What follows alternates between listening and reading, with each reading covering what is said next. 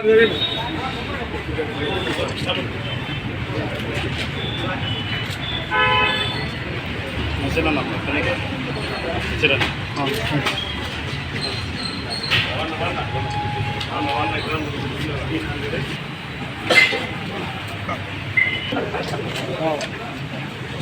ఒకరు అందరికి ఇస్తారు సార్.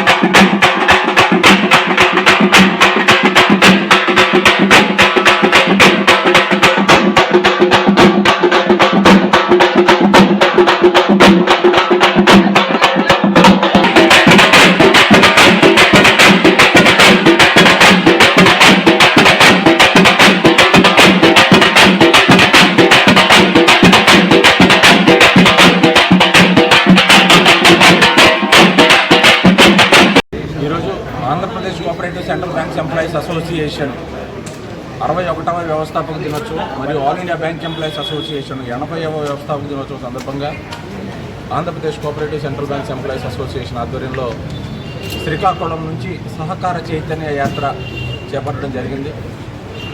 శ్రీకాకుళంలో ఏప్రిల్ 13వ తేదీ మా వ్యవస్థాపక దినోత్సవం రోజు ప్రారంభమైన ఈ యాత్ర విజయనగరం, విశాఖపట్నం, రాజమండ్రి, ఏలూరు, విజయవాడ, గుంటూరు, నంద్యాల, అనంతపూర్, కడప, తిరుపతి, నెల్లూరు, ఈరోజు ప్రకాశం జిల్లాలో ఒంగోలులో ముగించడం జరుగుతుంది. ఇప్పటి వరకు 1677 కిలోమీటర్లు ఈ యాత్ర జరిగింది. 13 జిల్లాల్లో కూడా ప్రయాణం జరిగింది.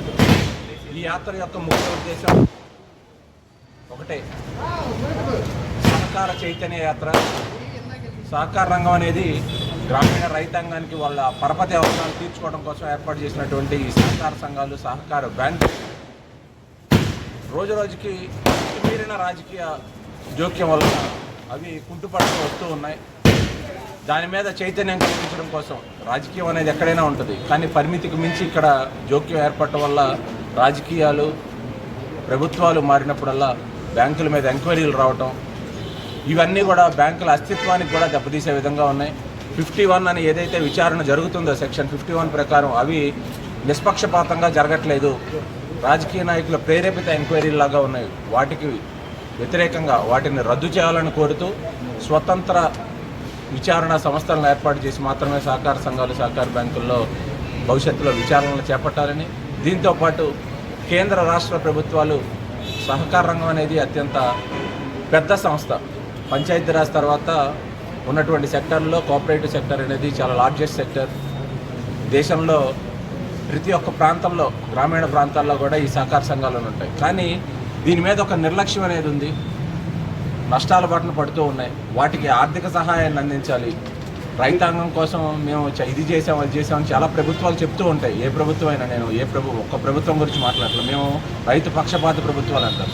కానీ రైతాంగానికి సేవ చేస్తున్నటువంటి ఈ సహకార సంఘాలు, సహకార బ్యాంకులు ఏవైతే ఉన్నాయో వీటికి ఆర్థిక చేయూతనిచ్చి నిలబెట్టాల్సిన బాధ్యత కూడా ఆ ప్రభుత్వాల మీద ఉంది. వీటన్నిటికీ డిమాండ్ చేస్తూ సహకార రంగంలో రెండంచెల విధానాన్ని ప్రవేశపెట్టాలనేది ఒక ప్రధాన డిమాండ్తో ఈ యాత్రను ముందుకు తీసుకెళ్లడం జరుగుతుంది. ఈరోజు ముగింపు వేదికగా ఒంగోలులో ముగింపు కార్యక్రమం జరుగుతుంది. మే 9, 10, 2026 వచ్చే నెలలో Andhra Pradesh cooperative central banks employees association 14వ మహాసభలు ఒంగోలులో జరుగుతున్నాయి. ఆ ఒంగోలులో జరిగే మహాసభల నిమిత్తం ఈ కార్యక్రమాలు 14 బైక్స్తో 21 మంది రైడర్సు 10 జిల్లా సహకార కేంద్ర బ్యాంకుల నుంచి ఈ కార్యక్రమాల్లో పాల్గొన్నారు. దిగ్విజయంగా దేవుడి దయ వల్ల ఎలాంటి ఆటంకాలు లేకుండా ఈరోజు మా రైడర్స్ అందరి సహకారంతో ఈ కార్యక్రమాన్ని, సహకార యాత్రని ఇక్కడ ముగుస్తున్నాం. విశేష స్పందన లభించింది.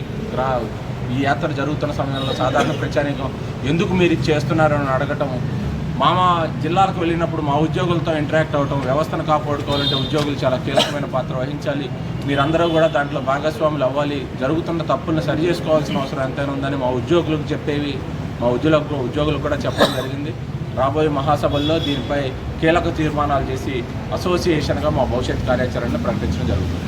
ఇది సహకార యాత్ర కాదు, సాహస యాత్రగా చెప్పుకోవచ్చు. ఎందుకంటే బయట వాతావరణం చూసినట్లయితే కాలు అడుగు బయట పెట్టలేని పరిస్థితుల్లో 1670 కిలోమీటర్లు దాదాపుగా వీళ్ళు శ్రీకాకుళం నుంచి ఇన్ని జిల్లాలు తిరిగి ఈ ఒంగోలు ఈ యాత్రను ముగించారు. కేవలం మీరు చూసినట్లయితే గ్రామీణ ప్రాంతాల్లో రైతులకు ఏదైతే మామూలు బ్యాంకులు, ప్రభుత్వ రంగ బ్యాంకులు ఏవైతే వాటి అందించలేవో, సేవలు అందించలేవో, అలాంటి గ్రామీణ ప్రాంతాల్లో రైతులకు కానీ మిగతా వ్యాపారవేత్తలకు కానీ ఈ సహకార సంఘాలు అనేవి చాలా కీలకమైన విషయం. చాలా సహకారం అందిస్తూ ఉంటాయి.